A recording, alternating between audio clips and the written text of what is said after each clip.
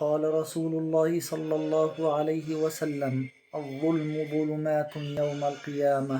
وقال رسول الله صلى الله عليه وسلم فيما يرويه عن رب العزة في الحديث القدسي، حيث يقول الله سبحانه وتعالى: يا عبادي إني حرمت الظلم على نفسي وجعلته بينكم محرما فلا تظالموا.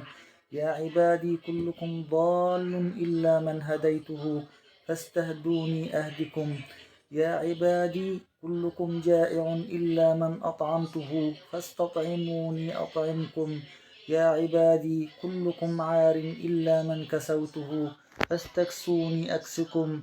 يا عبادي إنكم تخطئون بالليل والنهار وأنا أغفر الذنوب جميعا فاستغفروني أغفر لكم. صدق رسول الله صلى الله عليه وسلم فيما بلغ عن رب العزة.